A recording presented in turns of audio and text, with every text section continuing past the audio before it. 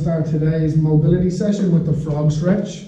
This is geared at hip mobility and will help anybody in a squat or a lot of other exercises as well, or anybody with tight hips in general. So we're going to start in the quadruped position. So we want our wrists directly under the shoulders, knees directly under the hips, and from here, index fingers forward, and you also want to twist so your elbow pits are forward as well. From here, we're going to drive the knees out to the side until you start to feel that stretch. Don't push it too far yet. Start it off nice and easy and go from there.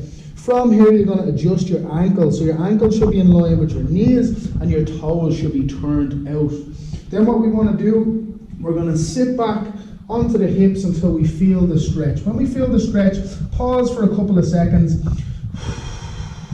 Focus on the exhale, as that's going to help to relieve that tension, relax the muscles, and then you just want to keep pushing in to that little bit of pain or that little bit of discomfort and gradually push it back. And the more further it goes back, you want to just keep moving out and then gradually forcing the knees a little bit further out as the stretch starts to get a little bit easier.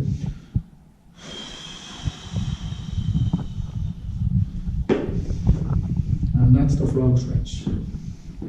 Okay, so next we're going to be moving on to the half kneeling lunge. What we want to do here is we want to start in this position here. What we're looking for is a nice stretch on your hip flexor, and we're also going to help to open out the ankles and that all-important dorsiflexion for your squats, okay? So you want to make sure that your hips aren't here. Keep your torso fairly straight, parallel, nice and upright. From here, hands on the hips, and we're going to lean forward into the stretch on the hip flexor, trying not to let the heel lose contact with the ground. And when you feel you're in a nice position, we're going to rock backwards and forwards, using that exhale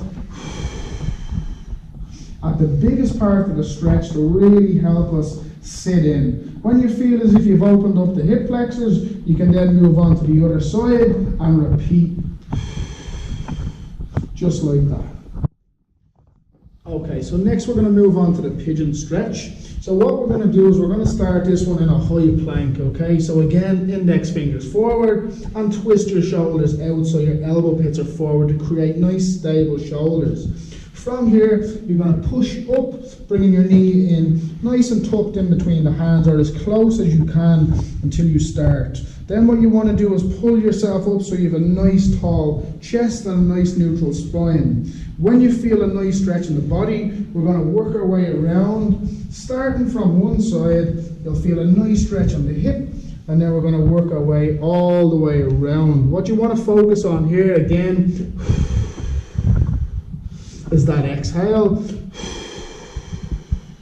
Pausing regularly to really sit back down onto that hip.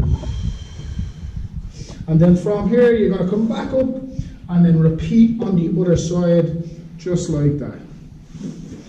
Okay, so next we're going to do the butterfly stretch. So from this position, we're going to start in a seated upright position, keeping the chest nice and tall, okay?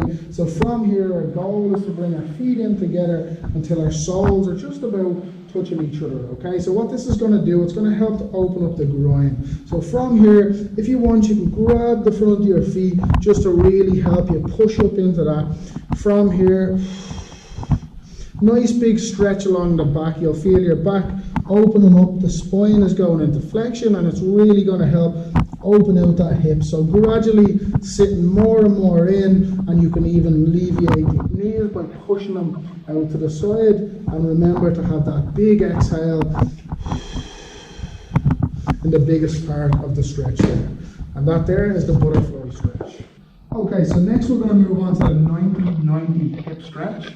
This stretch here is going to help with your internal and external rotation of the hips. So we're going to start sitting down with our feet pointed away. From here, we're going to stick our chest up into the air. A good way to do that is to have your index fingers facing away, as that's going to force the shoulders into external rotation. From here, push that chest nice and proud, okay? Then what we're going to do is we're going to bend the knees up, and then from here, we're going to rotate left and rotate right. Notice I've got a 90-degree angle from this quad to this quad, and that's really going to help. Now, when you first start to stretch, you might find you can't get your both knees towards the ground, but the more you do this exercise, the better it will become and the more open your hips will be.